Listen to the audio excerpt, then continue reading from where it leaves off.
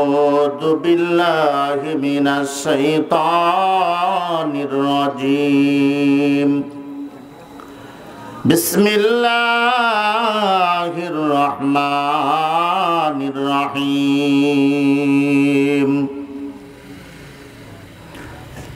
عن المجرمين ما سلككم في سقر قالوا لم نك من المصلين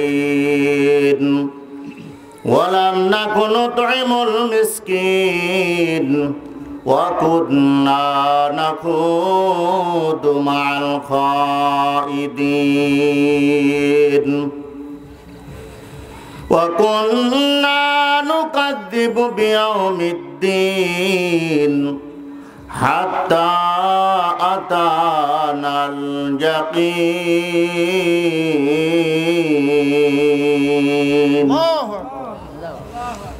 وقال النبي صلى الله عليه وسلم من بنى لله مسجدا بنى الله له بيتا في الجنة أو كما قال عليه الصلاة والسلام. إن الله وملائكته يصلون على النبي يا أيها الذين آمنوا صلوا عليه وسلموا تسليما. اللهم صل على سيدنا محمد وعلى آل سيدنا مولانا محمد. اللهم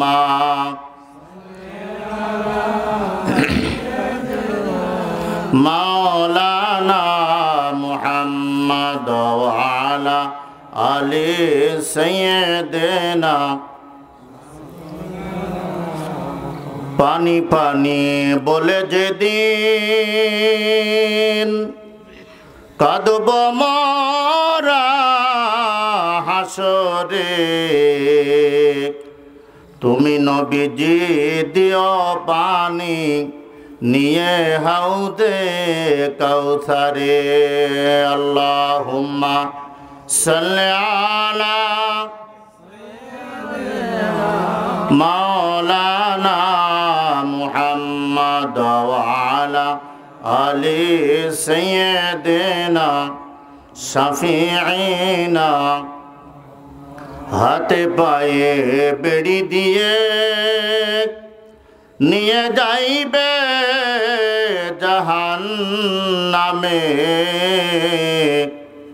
তুমি নবীজি দিও বাধা নেকি বদির জনকালে। আল্লাহুম্মা সাল্লি আলা মাওলানা মুহাম্মদ ওয়া আলা আলি সাইয়্যিদিনা মাওলানা। নিশিতর যারে ফাঁকি দিয়া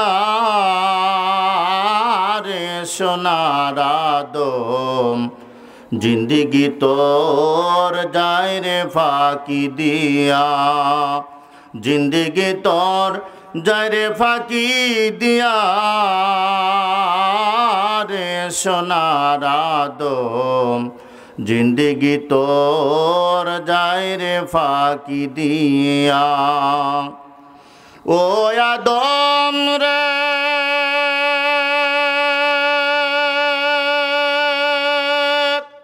পাগ ধরিয়া গেছে দাড়ি, দন্ত আছে গোটা চারি, কখন জানি সামন জারি হয়, কখন জানি সামন জারি হয় রে সোনার আদম, জিন্দিগি তোর যায় রে ফাঁকি দিয়া, জিন্দিগি তোর যায় রে ফাঁকি দিয়া রে সোনার আদম, जिंदगी तोर जाए रे फाकी दिया ला इलाहा इल्लल्लाह जोरे ला इलाहा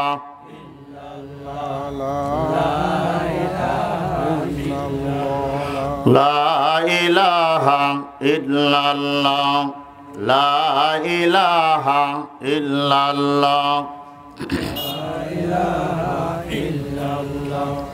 ला इलाहा इल्लल्लाह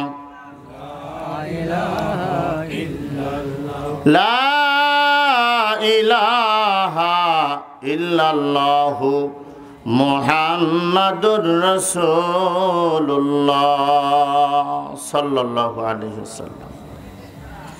मदीना जाइते पारलाम ना, मदीना देखते पारलाम ना, मदीना जाइते पारलाम ना, मदीना देखते पारलाम ना।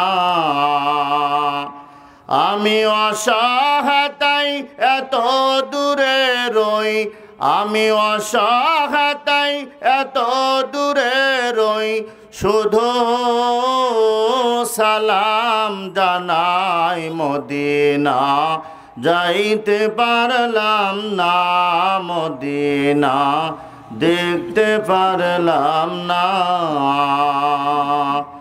मदीना नाम कत मधुर,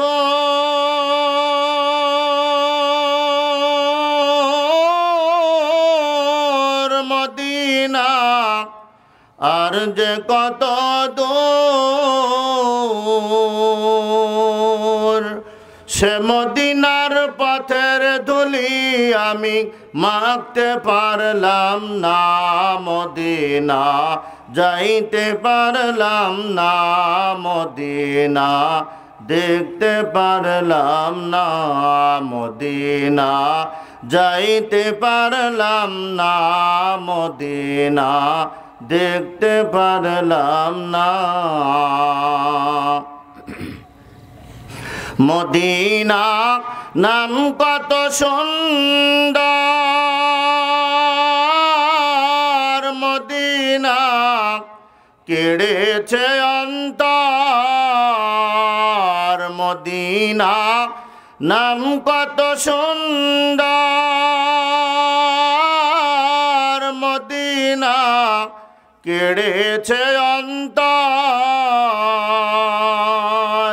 পাখির নাই ডানা থাকলে, পাখির নাই ডানা থাকলে যেতাম মদিনায়, মদিনা যাইতে পারলাম না, মদিনা দেখতে পারলাম না, মদিনা যাইতে পারলাম না, মদিনা দেখতে পারলাম না। আরো বেরোই পুবাল হাওয়া, পশ্চিমে করে ধাওয়া, এ গরিবের দুঃখী সালাম, এ গরিবের দুঃখী সালাম পৌঁছে দিও মদিনায়, মদিনা যাইতে পারলাম না, মদিনা দেখতে পারলাম না, মদিনা যাইতে পারলাম না, মদিনা দেখতে পারলাম না। আমি অসহায় এত দূরে রই, শুধু সালাম জানাই মদিনা যাইতে পারলাম না, মদিনা দেখতে পারলাম না। আল্লাহুম্মা সাল্লি আলা মাওলানা মুহাম্মদ ওয়া আলা সাইয়্যিদিনা মাওলানা। আলহামদুলিল্লাহ, আল্লাহ তাবারক তাআলার দরবারে লাখো কোটি শুকরিয়া যে মহান আল্লাহ তাআলা আমাদেরকে আসমান জমিনের মধ্যে শ্রেষ্ঠ নবীর শ্রেষ্ঠ উম্মত করে আখেরি জামানার পয়গম্বরের উম্মত বানায়া এই জমিনে সৃষ্টি করেছেন। সকলে বলি আলহামদুলিল্লাহ। আজকের এই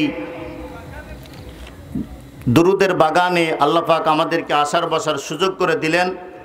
সেই রসুলের প্রতি আরও একবার দুরুদ ও সালাম সকলে বলি সাল্লাল্লাহু আলাইহি সাল্লাম।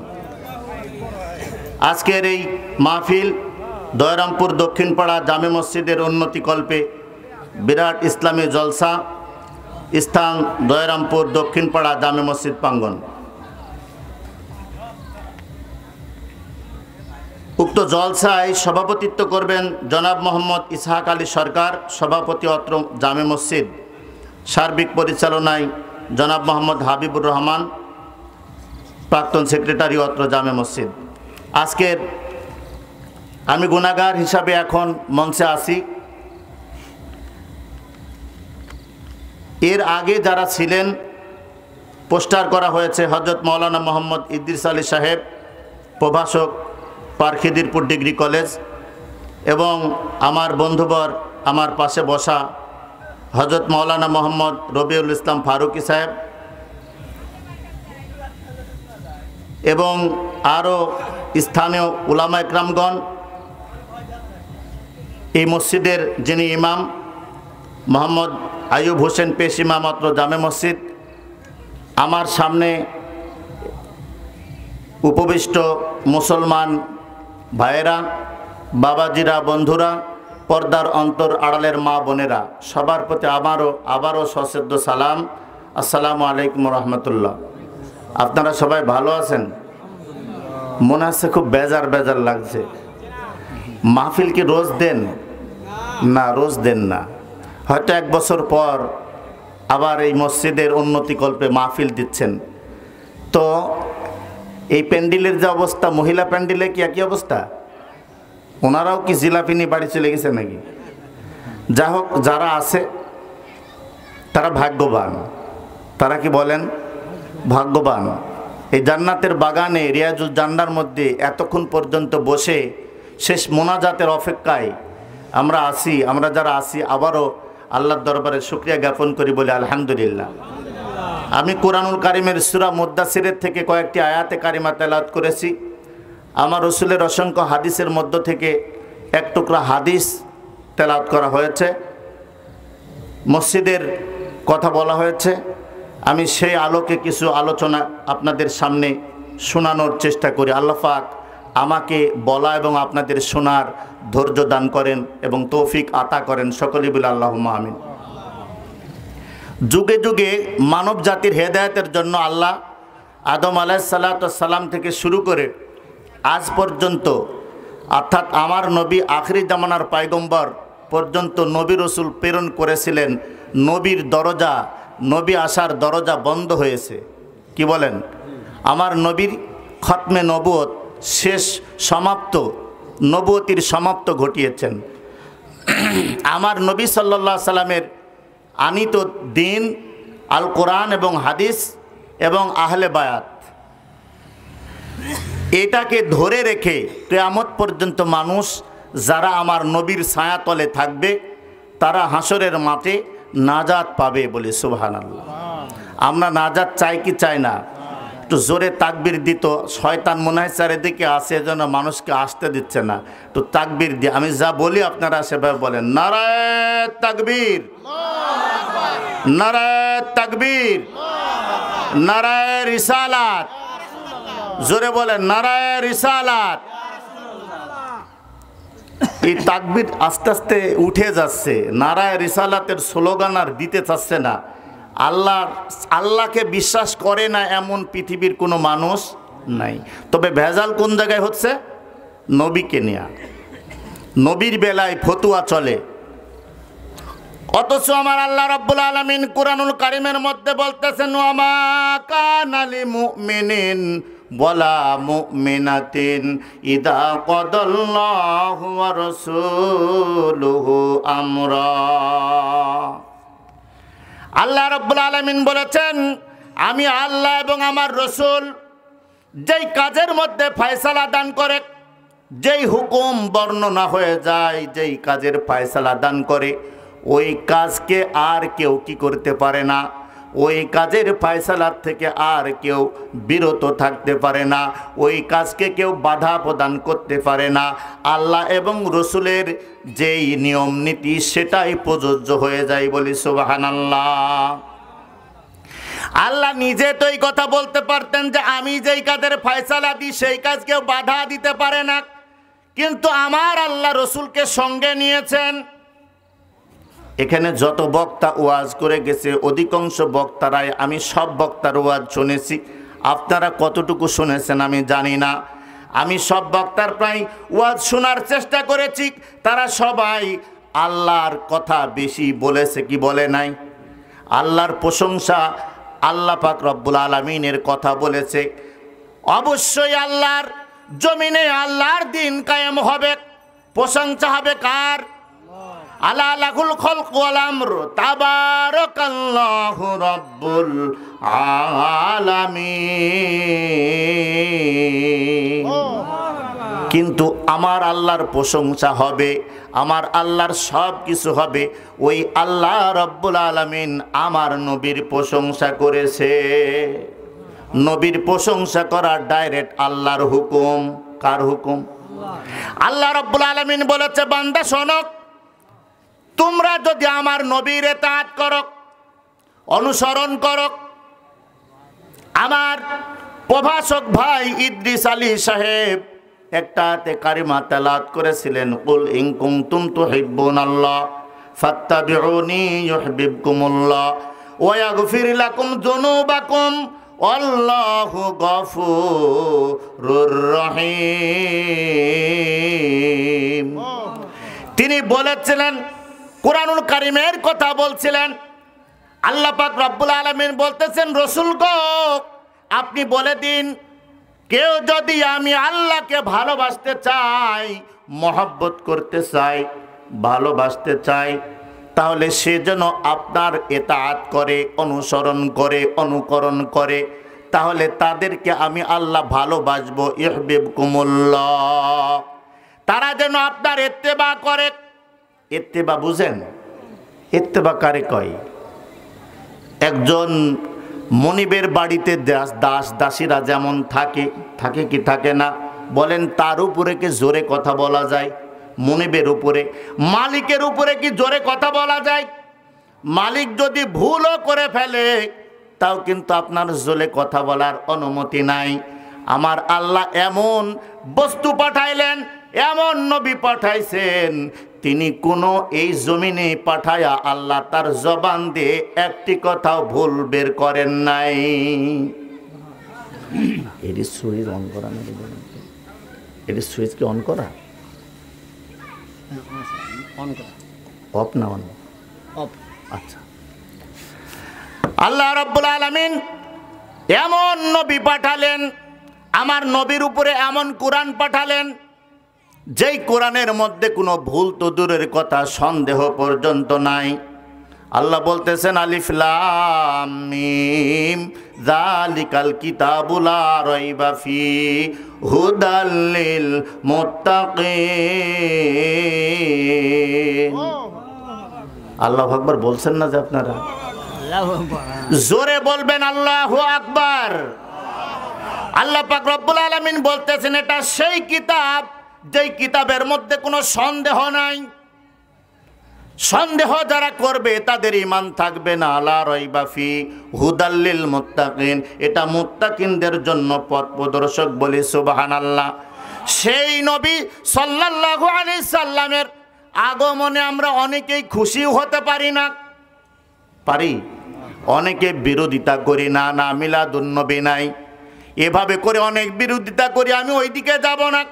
আমি আপনাদের যেটা বোঝাতে চাচ্ছিলাম, আমার আল্লাহ রাব্বুল আলামিন এমন নবী পাঠালেন, আমার নবীর উপরে এমন কিতাব পাঠালেন, যেই নবী সাল্লাল্লাহু আলাইহি সাল্লামের মুআজিজা যখন কি হয়েছে, প্রকাশিত হয়েছে, ওই মুআজিজাগুলো দেখে দেখে মুআজিজাগুলো নিজের সাহাবীরা আয়াত আনার পরে দেখতেছে এই নবী এমন নবী, আল্লাহর রব্বুল আলামিনের প্রিয় নবী এবং হাবিব দোস্ত, সব নবীদের সরদার, সাইয়্যিদুল আম্বিয়া, সাইয়্যিদুল মুরসালিন, রাহমাতাল লিল আলামিন।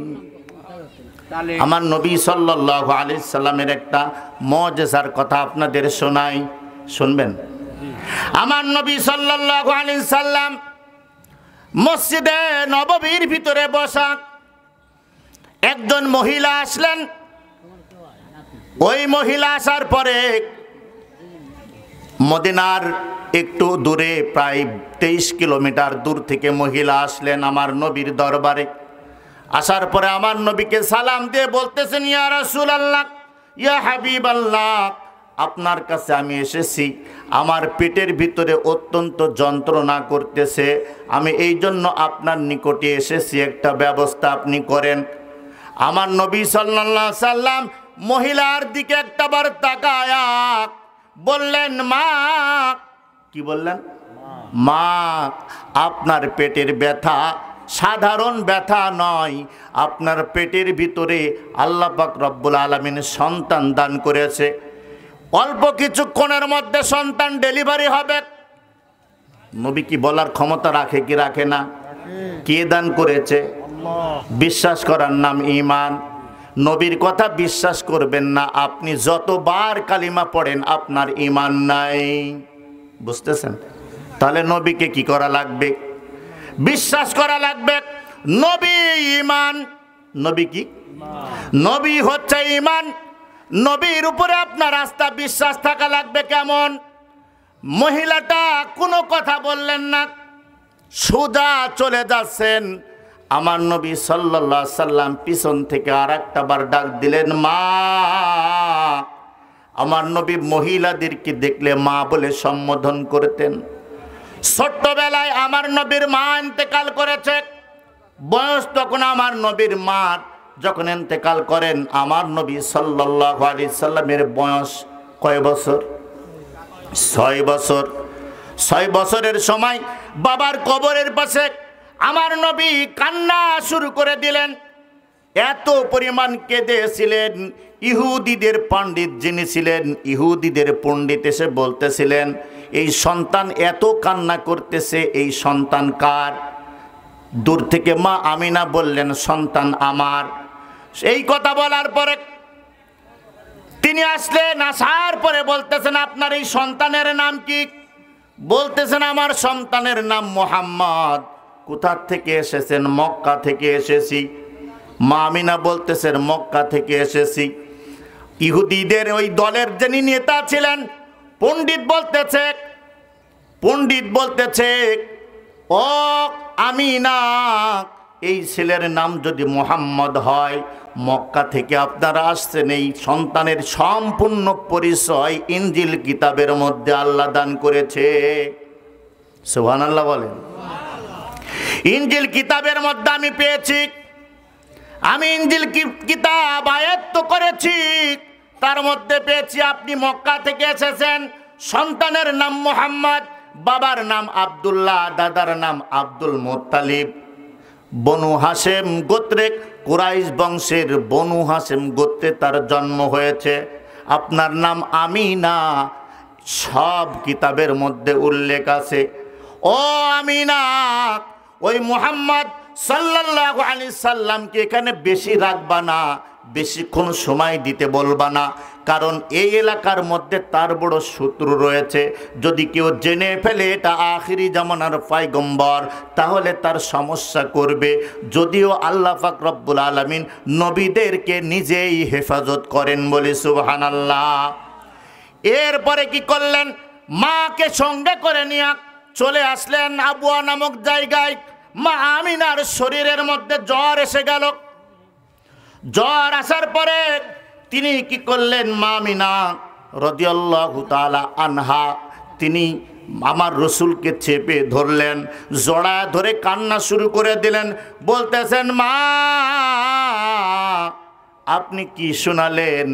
মা আমিনা বলতেছেন, আমি আর বাঁচবো না, এক্ষুনি বুঝি বিদায় হয়ে যাব, আমার আর শরীরের মধ্যে জ্বর এসেছে, আমি আর বাঁচবো না রে বেটা।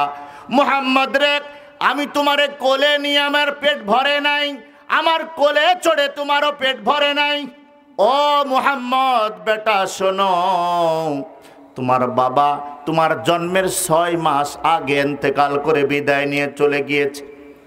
আমি 6 বছর পরে চলে যাচ্ছি, তোমাকে উম্মে আয়মানের কাছে দিয়ে গেলাম। আমার আল্লাহ তোমার হেফাজত করবেন বলে সুবহানাল্লাহ। দয়ার নবী মায়ার নবী গো, আপনি নবী আমার জীবনের জীবন। দয়ার নবী নূরের নবী গো, আপনি নবী আমার পরাণের পরাণ। দেখায় আপনার মুআজিজা ভাগ্যবতী মা খাদিজা, আপনারে বানাইল আপন। ধনমাল দাসিল সব আপনার কদমে দিল, সফিয়া দিল জীবন যৌবন। আল্লাহর নবী গো, আপনি আমার জীবনের জীবন। দয়ার নবী মায়ার নবী গো, আপনি নবী আমার পরাণের পরাণ। আপনি নবী আমার জীবন সাথী, অন্ধকার কবরের বাতি।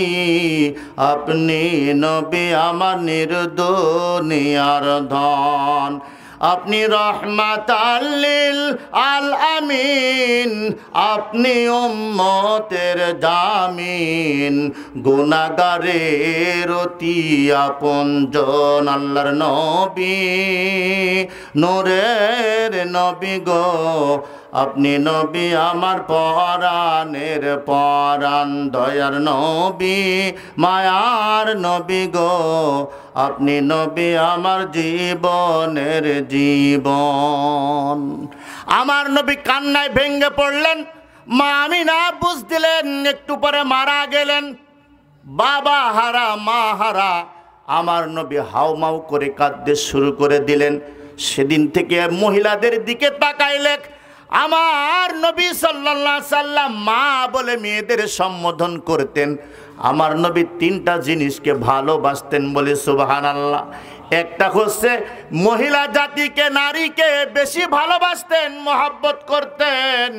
আর একটা হচ্ছে আমার নবী সুগন্ধি ভালোবাসতেন বলে সুবহানাল্লাহ। আমার নবী সাল্লাল্লাহু আলাইহি সাল্লাম এরকম কয়েকটা জিনিসকে ভালোবাসতেন বলে সুবহানাল্লাহ। তার ভিতরে মহিলা, ওই ব্যক্তি যিনি মহিলা মদিনায় এসেছিলেন, আমার নবী পিছন দিক থেকে ডাক দেয়া বললেন মা। মহিলাটা ফিরে তাকাইলেন, তাকায় বলতেছেন ইয়া রাসূলুল্লাহ হাবিবাল্লাহ কি হয়েছে? আমার নবী বললেন মা, আপনার পেটের মধ্যে 3টা সন্তান আছে। কয়টা? 3টা সন্তান আছে। একটা বাঁচবে আর 2টা মারা যাবে। একটা বেঁচে যাবে আর 2টা মারা যাবে। সুন্দর করে যত্ন করে মাটি দিয়া দিবেন। আর যে বাচ্চাটা বেঁচে যাবে ওই বাচ্চাটাকে আপনি আদর যত্ন করে লালিত পালিত করবেন। আপনি চলে যান। মা চলে গেল। মদিনার দূরে 23 কিলোমিটার দূরে চলে গেল। মা কি যাওয়ার পরে কিছুক্ষণ পরে ডেলিভারি হলো। সন্তান 3টা হলো। মহিলা জিজ্ঞাসা করে নাই ইয়া রাসূলুল্লাহ আমার পেটে 3টা সন্তান আছে, আপনি কি করে জানলেন? এই কথা কিন্তু জিজ্ঞাসা করে নাই। আমার নবী ওই মহিলাকে তার নাম পর্যন্ত জিজ্ঞাসা করে নাই। কিন্তু রাসূলুল্লাহর নাম জানে কি জানে না? জোরে বলেন। উম্মতের খবর আমার নবীর কাছে আছে না নাই? শুধু তাই নয়, মার নাম তো দূরের কথা, ওর 14 গোষ্ঠীর নাম আমার আপনার তালিকা আমার নবীর কাছে আছে বলে সুবহানাল্লাহ। উম্মতের মায়ায় নবী এখনো ইস্তেগফার পড়েন। আমি আপনি বলি নবী মারা গিয়েছে, না রে ভাই না। শহীদ বড় না নবীরা বড়? জোরে বলেন। আল্লাহ তো শহীদদের কথা বলেছেন ওয়ালা তাকুলু লিমান ইউকতালু ফি সাবিলিল্লাহি আমওয়াত বাল আহইয়াউ ওয়ালাকিন লা তাশউরুন। আল্লাহ আল্লাহ বলতেছেন তাদেরকে খবরদার মৃত বলো না, যারা আমি আল্লাহর রাস্তায় জিহাদ করেছে, ত্যাগ করেছে, সব কিছু উৎসর্গ করেছে, জীবন দান করে দিয়েছে, রক্তাক্ত হয়েছে, দিন থেকে বিচ্যুত হয় নাই, পলায়ন করে নাই, আমি আল্লাহ বলে দিলাম তাদেরকে তোমরা মৃত বলো না। আমি আল্লাহ তাদের রিজিক দান করি। বাল আহয়াউন ইনদা রাব্বিহিম ইরযাকুন। সুবহানাল্লাহ। আল্লাহ বলতেছেন তাদেরকে মৃত বলো না, তারা জীবিত। আমার নবীর উপরে ঈমান আনার পরে সাহাবীরা সাহাবী হয়েছেন। জোরে বলেন। নবীর উপরে ঈমান আনার পরে সাহাবীরা সাহাবী হয়েছে, ঈমানদার হয়েছে। ওই সাহাবীদের ব্যাপারে আমার আল্লাহ কুরআনুল কারীমের আয়াতে কারিমা নাজিল করে দিয়েছেন। আর আমরা এখন কি বলি? নবীদেরকেও মৃত বলি। বলেন নাউজুবিল্লাহ। এই কথাটা ঠিক নয়, খবরদার। এই কথা বললে আমার আপনার ঈমান থাকে না। ঈমান দরকার আছে না নাই? ঈমান ছাড়া আমলের কি কোনো মূল্য আছে নাকি? এবার আমি যেখানে বলছিলাম আমার নবী সাল্লাল্লাহু আলাইহি সাল্লাম বলে দিলেন তিনটা বাচ্চা হলো, দুটারে মাটি দিলেন। ওই মহিলার নাম উম্মে রাফিয়া। কি নাম বললাম? উম্মে রাফিয়া। একটু দুরূদ পড়ি। আল্লাহুম্মা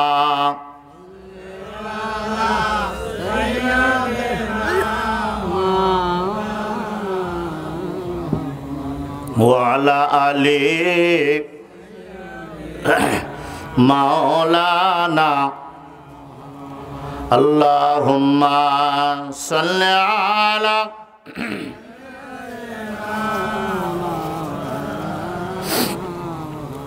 ওয়ালা আলি সাইয়্যিদিনা। উম্মে রাফিয়া কি করলেন? সন্তানটা লালন পালন করতে শুরু করলেন। আবু সাঈদ খুদরি রাদিয়াল্লাহু তাআলা আনহু আমার নবীকে জিজ্ঞাসা করে বলতেছেন, ইয়া রাসূলুল্লাহ, হাবিবাল্লাহ, ওই মহিলার পেটের মধ্যে তিনটা সন্তানের কথা আপনি বললেন, দুইটা মৃত, একটা জীবিত। এই সন্তানের কারিশমাটা কি? বলতেছে আল্লাহর নবী বললেন, আবু সাঈদ খুদরি রে শোনো, এটা পরে হবে, আমি তোমাদের সব জানা দিব। 11 বছর বয়স হয়ে গেল সন্তানের। কত বছর বয়স? জোরে বলেন কত বছর? 11 বছর বয়স। বড় আদরের সন্তান। আমার নবী সাল্লাল্লাহু আলাইহি সাল্লাম তিনজনের একটা কাফেলা তৈরি করলেন। আবু সাঈদ খুদরি সহ আরেকজন সাহাবী নিয়ে 23 কিলোমিটার দূরে আমার নবী হাতের আঙ্গুল মোবারকটা এইভাবে শার্ট করে একটু টান দিলেন, জমিনটা ছোট হয়ে গেল। এটা আমার নবীর মুজিজা। বলি সুবহানাল্লাহ। ঈসা রুহুল্লাহর নাম শুনেছেন? মরা মানুষকে জিন্দা করত। আমার কথা না, কোরআনের কথা। কোরআনের কথা।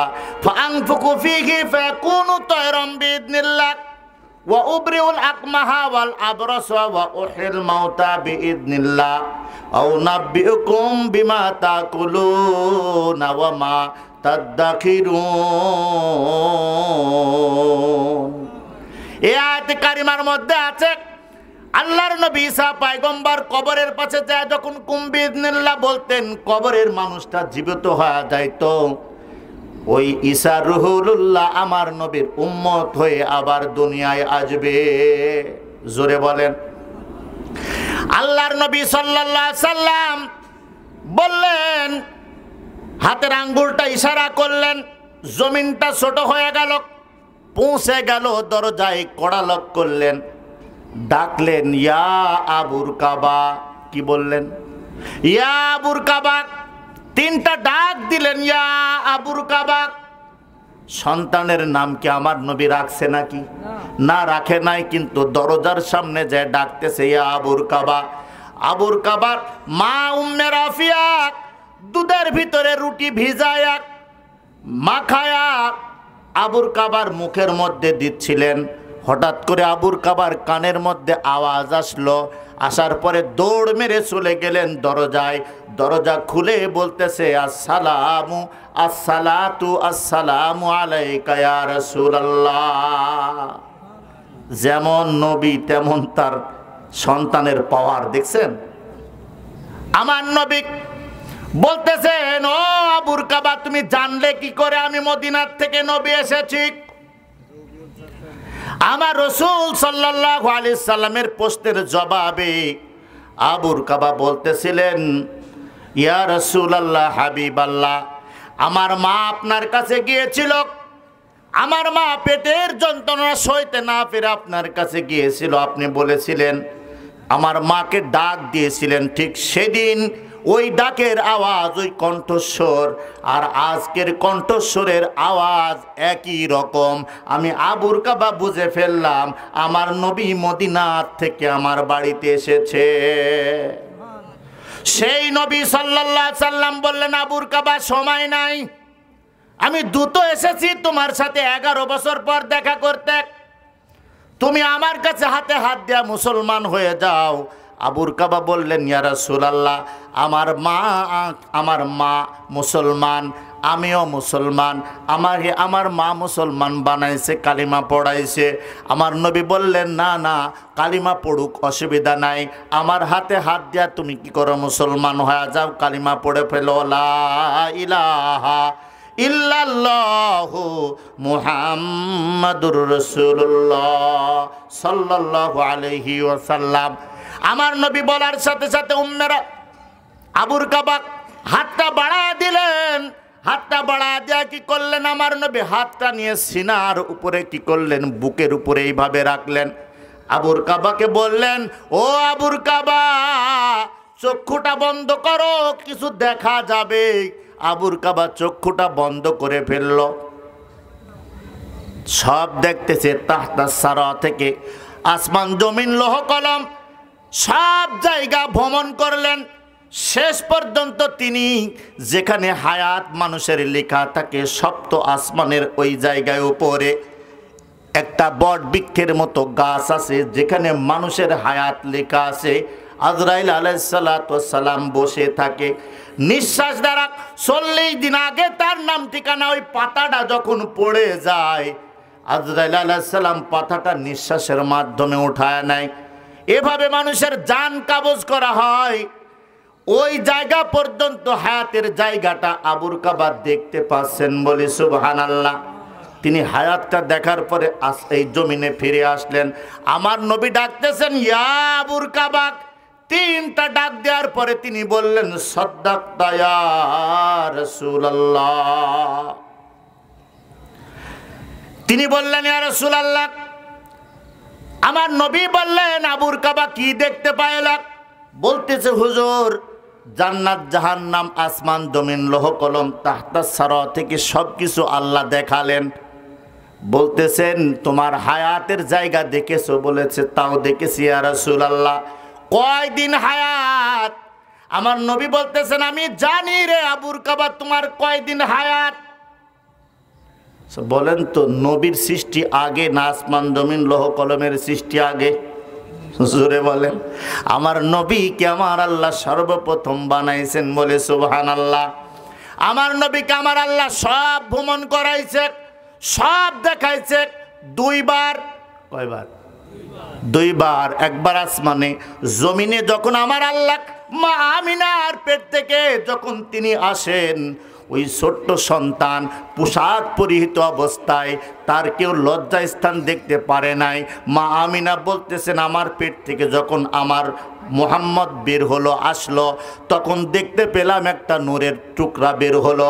নূর আসলেন, আর ওই নূরের ঝলকে আমি শাম দেশের পাহাড় পর্বত পর্যন্ত দেখতে পাইলাম, বলে সুবহানাল্লাহ। যখন আকাশে মেঘমালা বিদ্যুৎ চমকায়, এই গ্রাম থেকে সামনের গ্রামের গাছগাছালি দেখা যায় কি যায় না? জোরে বলেন। যদি তা যে থাকে, আমার নবীকে পৃথিবীর কোনো আলোয় ছায়া দিতে পারে নাই, চন্দ্র সূর্যের কোনো আলো ছায়া দিতে পারে নাই। আমার আপনার ছায়া আছে না নাই? জোরে বলেন। বেলা এই দিক থাকলে আমার ছায়া এই দিকে যায়, বেলা এই দিক থাকলে আমার ছায়া এই দিকে যায়। বোঝা গেল আমি আর আপনি, আমি আর আমার নবী সমান নয়। নবীও যা, আমিও তাই। এই কথা বলা মানে ঈমান হারায় ফেলা। বলা যাবে? বলা যাবে না। নবীর ফজিলত আর আমার আপনার ফজিলত আলাদা। নবীর জন্মের ইতিহাস আমাদের জন্মের ইতিহাস এক রকমের নয়। আবুর কাবাক আমার নবী বললেন তোমার হায়াত আমি জানি। আবুর কাবা বললেন ইয়া রাসূলুল্লাহ আমি বলবো না, আপনি বলেন আমার হায়াত কয়দিন। আমার নবী বললেন আবুর কাবা রে, তুমি অল্প বয়সে মারা যাবা, 16 বছর 2 মাস 29 দিন তোমার হায়াত। বলতেছে কান্না শুরু করে দিলেন আবুর কাবা। আমার নবী বুকের মধ্যে জড়া ধরে বলতেছেন আবুর কাবা রে, আমার আল্লাহর কারিশমা তুমি বুঝো না। ওয়া মাকারু ওয়া মাকারাল্লাহু আল্লাহু খায়রুল মাকিরিন। এমন খেলা আমার আল্লাহ উম্মতের সাথে বান্দাদের সাথে খেলেছে মানুষ কল্পনাও করতে পারে না। মানুষ আল্লাহকে ফাঁকি দিতে চায় কি চায় না? আল্লাহরে বোকা বানাইতে চায়। কেউ পারছে নাকি? ফেরাউনের থেকে আপনি কি সম্পদশালী? জোরে বলেন। না না, ফেরাউন পারে নাই। খোদা দাবি করেছিল আনা রব্বুকুমুল আলা, পারছে নাকি? মরছে কি মরে নাই? ফেরাউনও মরে গেছে, ফেরাউনের 14 গোষ্ঠী মারা গেছে, কিন্তু আল্লাহকে স্বীকার করে নাই। নবী মুসাকে স্বীকার করে নাই। পদস্খলন ঘটেছে, কাদার মধ্যে ডুবেছিল 40 বছর। যখনই ঈমান আনার চেষ্টা করেছে আর আজরাইল মুখের ভিতরে মাটি কি করেছে পুরে পুরে দিয়েছে, ঈমান আনার শক্তি আর হয় নাই। বড় বড় হস্তিরা চলে গিয়েছে এই পৃথিবী ছেড়ে, আমরাও চলে যাব। কিসের এত বাহাদুরি? জোরে বলেন কিসের বাহাদুরি? বাহাদুরি করা যাবে নাকি? বাহাদুরি করার সময় নাই। ভালো করে মনে রাখতে হবে, আমার নবী সাল্লাল্লাহু আলাইহি সাল্লামকে আপনি বুঝে নেন, নবীর উপরে ঈমানকে পাকা করে নেন, মজবুত করে নেন। কোরআন পড়বেন, দেখবেন আপনার ঈমানের শক্তি নূর ট্রান্সফার হয়ে আপনার কলবের ভিতরে উজালা হয়ে যাবে, কলব শক্তিশালী হয়ে যাবে। এভাবে আপনি যখন কোরআন তেলাওয়াত করবেন আপনার কলবের ভিতরে ঈমান তাজা হয়ে যাবে। নামাজের সেজদা দিবেন, দেখবেন আপনার কলবের ভিতরে একটা আলাদা শান্তি কি হবে বের হতে থাকবে। বলে সুবহানাল্লাহ। আমার আল্লাহ রাব্বুল আলামিন আমার হাবিবকে এই জমিনের আসমান জমিন লৌহ কলমের সব জায়গার বাদশা বানায় দিয়েছেন। বলি সুবহানাল্লাহ। মূল তো আমার আল্লাহ, কি বলেন? কিন্তু আল্লাহ যাকে দান করেন তিনি তা পায় কি পায় না? আমার আল্লাহ নিজ নামে একটা সূরা নাজিল করেছে। তিনি বলেছেন কুল হুয়াল্লাহু আহাদ আল্লাহুস সামাদ লাম ইয়ালিদ ওয়া লাম ইউলাদ ওয়া লাম ইয়াকুল লাহু কুফুয়ান আহাদ। আল্লাহ আল্লাহর নিজ নামে একটা সূরা নাজিল করে বলেছেন রাসূল আপনি বলে দিন আমি আল্লাহ এক, অদ্বিতীয়, আমার কোনো শরিক নাই, আমি কারোর মুখাফেক কিনা, আমি কাউকে জন্ম দিইনি, কাউ থেকে জন্মগ্রহণ করিনি, আমি কারোর মুখাফেক কিনা। বলি আল্লাহু আকবার। আমার নবী সাল্লাল্লাহু আলাইহি সাল্লামের নামে আমার আল্লাহ একটা সূরা নাজিল করেছেন, সূরাতুল কাউসার। বিসমিল্লাহির রহমানির রহিম। ইন্না আ'তাইনাকাল কাউসার ফাসাল্লি লিরাব্বিকা ওয়ানহার ইন্না শানিআকা হুয়াল আবতার। বলে আল্লাহু আকবার। আল্লাহ রাব্বুল আলামিন আমার হাবিবকে বললেন আমি আল্লাহ রাব্বুল আলামিন আপনাকে দান করলাম কাউসার। কি দান করলাম? কাউসার। তাফসীরের মধ্যে এসেছে আল আকসারু খয়রুল কাসির। আমার আল্লাহ রব্বুল আলামিন এমন দান করেছেন, সব নিয়ামতগুলো আমার হাবিবকে আমার নবীকে দান করেছেন। বলে সুবহানাল্লাহ। সেই নবী সাল্লাল্লাহু আলাইহি সাল্লাম বললেন আবুর কাবা শোনো, তুমি 16 বছর 2 মাস 29 দিন হায়াত পাবা, কিন্তু তোমার মৃত্যুটা হবে এত সুন্দর জায়গায়, আমার এই কোলের উপরে তোমার মৃত্যু হবে। বলেন নবীর কোলে যার মৃত্যু হয় সেই ব্যক্তি কতই না দামি। বলে সুবহানাল্লাহ। সেই নবী আমার ওফাত হয়ে রওজায় চলে যাওয়ার পরে এখন কত মানুষে কত কিছু বলে। রূপ ভারী এক দেশ বেরিয়ে চলে গেলেন দয়াময়। রাসূলকে চিনলে পরে খোদা চিনা যায়। রাসূল চিনার দরকার আছে না নাই? রাসূল আমরা চিনতে পারি নাই। আমার নবী চলে গিয়েছে, আমরা এখন কত কথা বলতেছি, নবীর নামে অনেক তহমত লাগাচ্ছি, বলতেছি নবীর বাবা মা নাকি জাহান্নামী। নাউজুবিল্লাহ বলেন। আরে ওই পেট থেকে, যেই পেটের থেকে আমার রাসূল এসেছে, ওই পেট কি জাহান্নামে যাইতে পারে? আমার নবী যেদিন পেটে এসেছিলেন, আমার নবীর মা আমিনা থুতু ফেলতেন, মেশকাম্বরের ঘ্রাণ বের হইতো, বলি সুবহানাল্লাহ। রাস্তায় হেঁটেছে, দুই দিকের পাহাড় পর্বত, দুই দিকের গাছ গাছালিগুলো মা আমিনাকে ঝুঁকে ঝুঁকে সালাম দিয়েছে।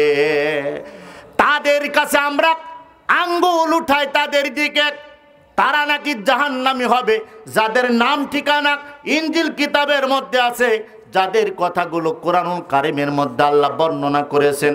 আমার রাসূলের থেকে দামি এই পৃথিবীর জমিনে আর কি আছে রে ভাই? ভালো করে মনে রাখতে হবে। আমার নবী সাল্লাল্লাহু আলাইহি সাল্লামের কথা আমি বলবো, কিন্তু শোনেন, আল্লাহ রাব্বুল আলামিন কোরআনুল কারিম যেই সিনার মধ্যে আল্লাহ পাক দান করেন, যে পুরা গোটা 30 পারা কোরআনের হাফেজ হয়, তারে আমরা হাফেজ সাহেব বলি কি বলি না? কোরআনের পাতা, এই কাগজের পাতার কোরআন পড়ে হাফেজ সাহেবরা হাফেজ হয় 3 বছর, 2 বছর, 1 বছর সময় লাগে।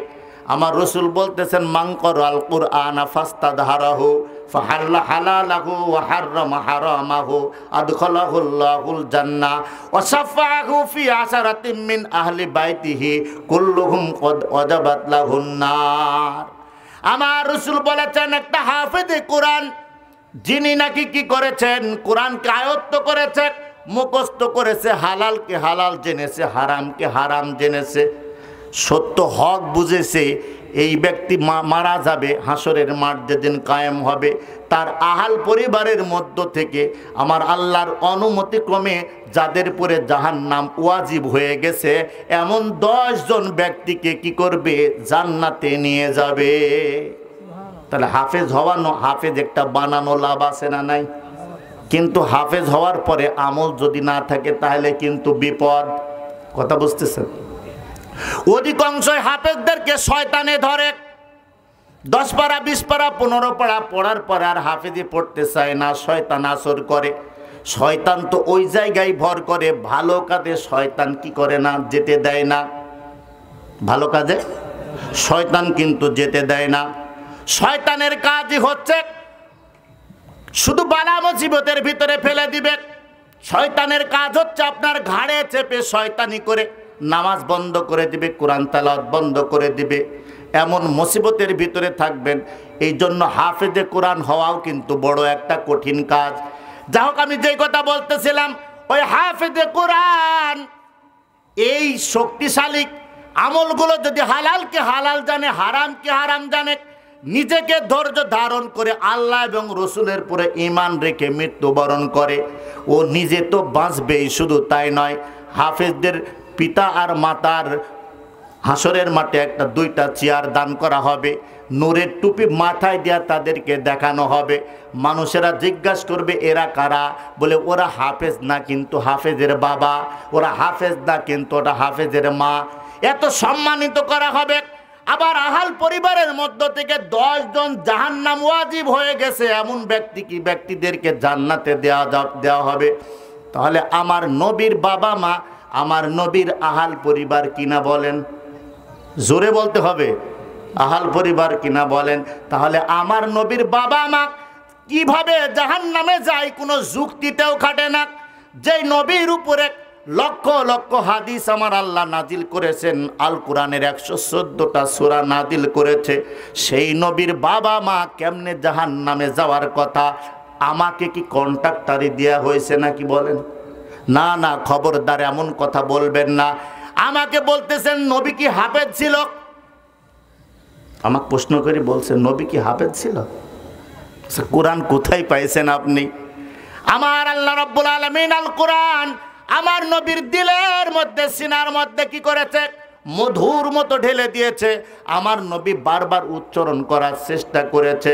আমার আল্লাহ আয়াতে কারিমা নাজিল করে বলেছে, লা তুহাররিক বিহি লিসানাকা লিতাজালা বিহি ইন্না আলাইনা জামআহু ওয়া কুরআনা। বলি আল্লাহু আকবার।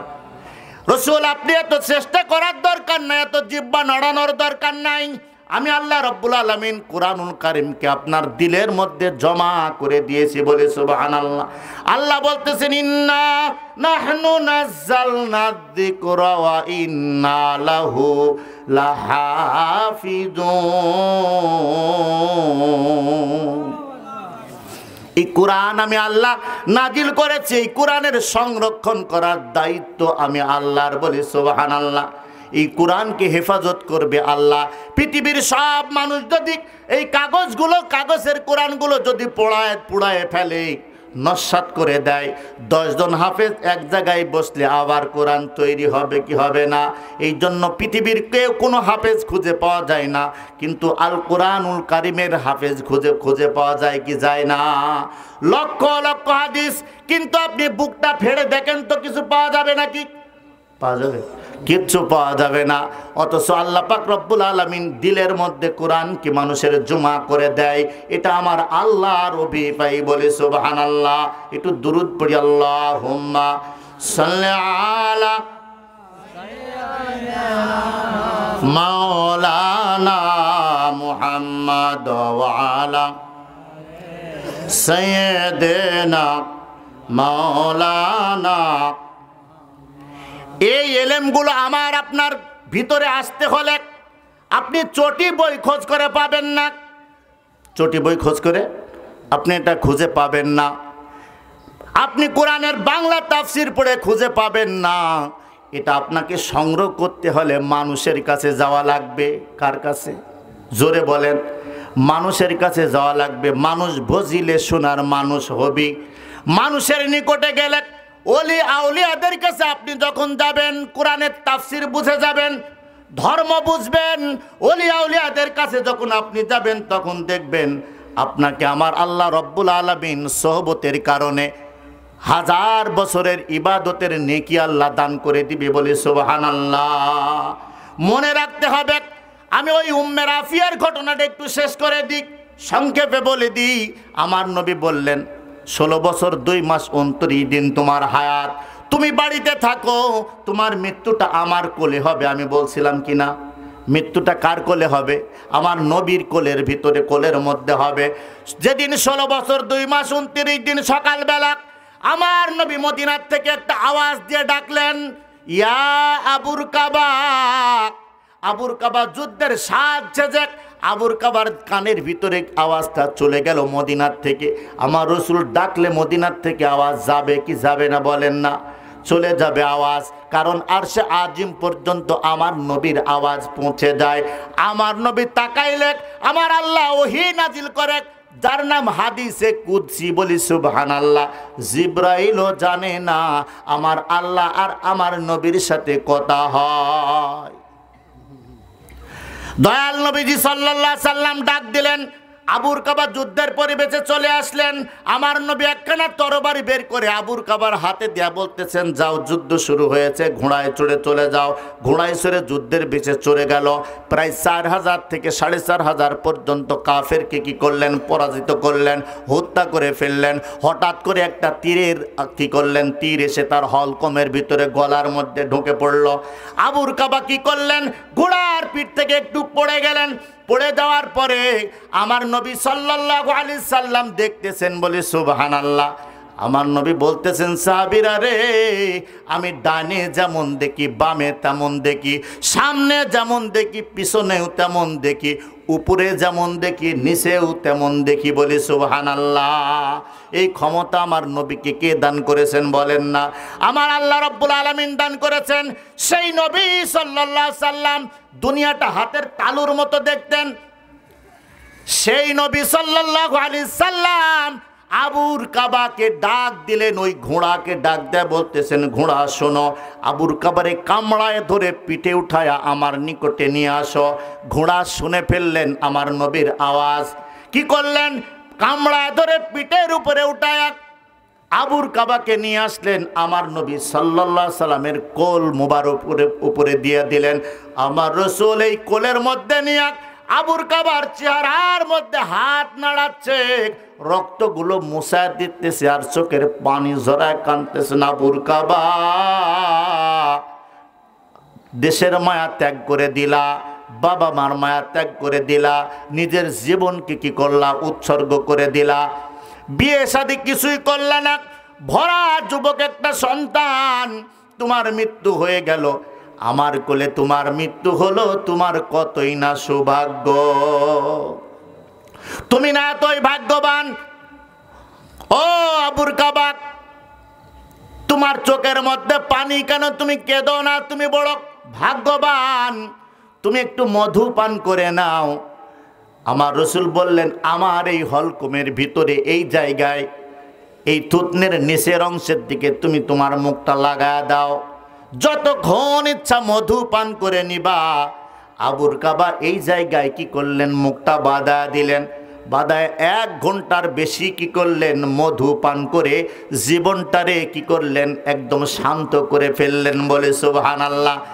একটু পরে মুখখানা নিচের দিকে নামায়া আমার নবীর দিকে তাকায়া কালিমা পড়তে পড়তে দুনিয়া ছেড়ে বিদায় নিয়ে চলে গেল। আমার রাসূল নিজ হাতে আবুর কাবার কবরে নামায়া জানাজা করে কবরের মধ্যে নামায়া দিলেন। বলে সুবহানাল্লাহ। এই ছিল সাহাবীদের জীবন। নবীর মুআজিজা বোঝা যায়।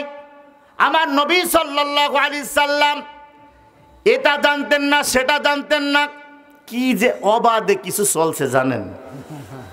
একটা একটা করে যদি বলি আশ্চর্য হয়ে যাবেন। আমি না আমাকে আপনারা দাওয়াত দিয়ে মঞ্চে বসাইছেন, আমি না কি করব, দোয়া করব, দোয়ার পক্ষে কথা বলবো, কথা বলেন না, আমি কি করব, আমি সুদের বিপক্ষে কথা বলবো, আমি ঘুষের বিপক্ষে কথা বলবো, হালাল হারাম সম্পর্কে কথা বলবো, কিন্তু আমার ভাষাটা এমন, নামাজের পরে দোয়া বেদাত, জানাজার পরে দোয়া বেদাত, মাটি দেওয়ার সময় খবরদার দোয়া পড়ো না। কি এগুলা ওয়াজ? জোরে বলেন। মিলাদ বেদাত, কিয়াম বেদাত, সব বেদাত। কি করতে হবে বলেন না? আমার নবী সাল্লাল্লাহু আলাইহি সাল্লাম কত কথা আমরা অমান্য করে চলেছি। এই কথাগুলো আপনি কেন বলতেছেন? আমার নবীর পক্ষে আপনি কথা বলেন, আপনার জন্য আমার নবী সুপারিশ করে জান্নাতে নিয়ে যাবে। আমার নবী বলতেছেন, শাফাআতি লি আহলিল কাবাইর মিন উম্মতি। সুবহানাল্লাহ। ঈমানদার কবিরা গুনাহ করেছে, আমি নবী, তারপরেও নবীর প্রেম দিলের মধ্যে থাকার কারণে কিয়ামতের ময়দানে আমি নবী সুপারিশ করে জান্নাতে নিয়ে যাব। এই হাদিসটা মদিনার মসজিদে লেখা আছে।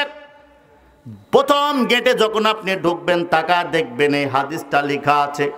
মনে রাখতে হবে আমার নবী সাল্লাল্লাহু আলাইহি সাল্লামের ভালোবাসাটা কেমন। পশু পাখিরা আমার নবীকে চিনেছে। আমরা সব থেকে উৎকৃষ্ট সৃষ্টির সেরা জীব, আমরা আমার নবীকে চিনতে পারি নাই। আমার নবী সাল্লাল্লাহু আলাইহি সাল্লামের দরবারে একজন সাহাবী একটা হরিণের বাচ্চা নিয়ে আসলো। কি করলেন? জোরে বলতে হবে। একটা হরিণের বাচ্চা নিয়ে আসলো, একদম ছোট বাচ্চা, জবাই করে খাওয়ার মতো না। আমার নবী সাল্লাল্লাহু আলাইহি সাল্লাম হাসান রাদিয়াল্লাহু তাআলা আনহু, আমার নবীর কলিজার টুকরা দহিত্র, মা ফাতেমাতুজ জোহরার সন্তান, আলী রাদিয়াল্লাহু তাআলা আনহুর সন্তান হযরতে হাসান। কি হাসানের কথা আপনারা শুনেছেন তো? হাসান আর হুসাইন, কি বলেন? আরে হাসান হুসাইনের কথা এখন তো সব বলে যে ওসব বেদাতি কথা বাদ, শুনবে না, খালি এজিদের কথা বলতে হবে। কথা বুঝতেছেন? আসলে এমনটা না। হযরতে হাসানকে আমার নবী ডেকে বললেন, হাসান শোনো, এই হরিণের বাচ্চাটা তুমি নিয়ে যাও, বাড়িতে যায় পালো, পুষো, দেখবা বড় হলে তারপরে জবাই করে খাবা, তোমরা খেলা করবা। হাসান রাদিয়াল্লাহু তাআলা আনহু বাড়ির মধ্যে নিয়ে চলে গেল। হযরতে হুসাইন দেখলেন ভাই হাসানের কাছে একটা হরিণের বাচ্চা। হযরতে হুসাইন রাদিয়াল্লাহু তাআলা আনহু তিনি দৌড় মেরে আমার নবীর দরবারে চলে আসছে। আসার পরে বলতেছেন, ইয়া রাসূলুল্লাহ, হাবিবাল্লাহ, নানাজি, আমার ভাই হাসানকে কে হরিণের বাচ্চা দিল? বলতেছে একজন সাহাবী জঙ্গল থেকে নিয়ে এসেছিল, ওই বাচ্চাটা খাওয়ার মতো হয় নাই, এই জন্য আমি হাসানকে দিয়েছি খেলা করার জন্য। বলেছে আমারও একটা দিতে হবে। দুই ভাই একটা বাচ্চা নিয়ে খেলা করো। না না না, তা হবে না, আমাকে একটা বাচ্চা দিতে হবে। কে চাচ্ছে? হোসাইন চাচ্ছে। কথাবার্তা চলতেছে, আমার নবী বলতেছে, হোসাইন, আমি এখন বাচ্চা কোথায় পাবো? ও তো জঙ্গল থেকে একটা বাচ্চা ধরে নিয়ে এসেছে, কোথায় জমা দিবে, এই জন্য আমার দরবারে নিয়ে এসেছিল, আমি হাসানকে দিয়ে দিয়েছি। একটা বাচ্চা কি দুই ভাই খেলা করা যায় না? বলতেছে কোনো কথাই শুনবো না, বাচ্চা দিতে হবে। হোসাইন এমন একটা জেদ করতেন, আমার নবী সেজদায়, নামাজের মধ্যে সেজদায় পড়ে আছে। হুসাইন রাদিয়াল্লাহু তাআলা আনহু ছোট্ট শিশু, ঘাড়ের উপরে চড়ে বসেছে। হোসেন ঘাড়ের উপরে সুবহানা রাব্বিয়াল আলা আমরা কয়বার বলি? কমসে কম 3 বার বলি, 5 বার, 7 বার, 9 বার। এরপরে যদি বলি তাহলে মুসল্লিদের মুখ দিয়ে রক্ত ওঠার সম্ভাবনা আছে। কথা বলেন, বলে এই ইমাম বাদ দাও, এই ইমামকে রাখার দরকার নাই, হুবড়ি আসি কখন তেন মাজা পিঠ ধরে গেছে, বাদ দি দাও। এরকম সমাজে আছে না নাই? এমন মুসল্লি আমরা একটু টেনে হেসে যদি একটু বেশি পড়া যায় তাহলে ইমাম বাতিল হয়ে যাবে। ইমাম 3 বার বলতেই ঠিক মতো চায় না, 5 বার বলাই খুব মুশকিল হয়ে যায়। হোসাইন জেদ করে বসে আছে, আমার নবী 1 বার 2 বার না, বলতে বলতে বলতে বলতে 70 বার সুবহানা রাব্বিয়াল আলা বলেছে। কত সময় দরকার? পিছন থেকে একজন সাহাবী, সবাই মনে করতেছে নবী বুঝি দুনিয়ায় আর নাই, নবী বুঝি ওফাত হয়ে চলে গিয়েছে বা কোনো সমস্যা হয়েছে। একজন সাহাবী মাথা উত্তোলন করলেন, তাকায় দেখতেছেন হুসাইন রাদিয়াল্লাহু তাআলা আনহু আমার নবীর ঘাড়ের উপরে বসে আছে। এই জন্য আমার নবী উঠতেছে না। জিব্রাইল আল্লাহর পক্ষ থেকে এসে বসে বলেছে, কানের মধ্যে মুখটা লাগায় বলতেছেন, ইয়া রাসূলুল্লাহ, হাবিবাল্লাহ, আপনি ততক্ষণ পর্যন্ত সেজদার থেকে উঠবেন না যতক্ষণ পর্যন্ত হুসাইন ঘাড়ের উপরে বসে থাকে। আল্লাহ হুসাইনকে চিনে কি চিনে না? হুসাইনের জন্য জিব্রাইল পাঠাইছে কার কাছে? জোরে বলেন, কার কাছে? আমার নবীর কাছে। নামাজরত অবস্থায় আমার নবী যতক্ষণ হুসাইন না নেমেছে ততক্ষণ কি করেছে? সেজদায় পড়ে আছে। সেই হুসাইন রাদিয়াল্লাহু তাআলা আনহু বাইনা করে বলতেছে, না না, চলবে না, কোনো কথা চলবে না, একটা হরিণের বাচ্চা আমাকেও দিতে হবে। এই কথা বলার পরে আমার নবী সাল্লাল্লাহু আলাইহি সাল্লাম এদিকে ওদিকে তাকাচ্ছেন। হঠাৎ করে একটা হরিণ জঙ্গল থেকে আর একটা বাচ্চা সাথে করে নিয়ে চলে আসতেছেন। বলি সুবহানাল্লাহ। আমার নবীর মনের ব্যথা, মনের কথা হরিণ বুঝেছে। আমার আল্লাহ হরিণকে জঙ্গল থেকে বাচ্চা সহ পাঠাইছে। কথা বুঝতেছেন? তাহলে কি নবী আমার আপনার চিন্তা করতে হবে। এমন নবী, যেই নবীর তুলনা দেওয়ার মতো কিছু নাই। আমার নবীর প্রশংসা বর্ণনা করে শেষ করা যাবে না। সেই নবী কি করলেন? হরিণটাকে সামনে কাছে নিলেন। সাহাবীরা তাকায় দেখতেছেন হরিণ একটা বাচ্চা নিয়ে এসেছে। ওই বাচ্চাটা নিয়ে, হরিণের বাচ্চাটা নিয়ে হরিণ কথা বলতেছে আমার নবীর সাথে। বলতেছে, ইয়া রাসূলুল্লাহ, ইয়া হাবিবাল্লাহ, আপনার পেশান মনে হচ্ছে, আপনি চিন্তিত মনে হচ্ছে। আল্লাহ আমারে সংবাদ পাঠায় দিয়েছে, হাসান একটা বাচ্চা নিয়ে গেছে, আর একটা বাচ্চা আমার আছে। হুসাইন বায়না ধরেছে এই বাচ্চাটা হুসাইনকে দিয়া দেন।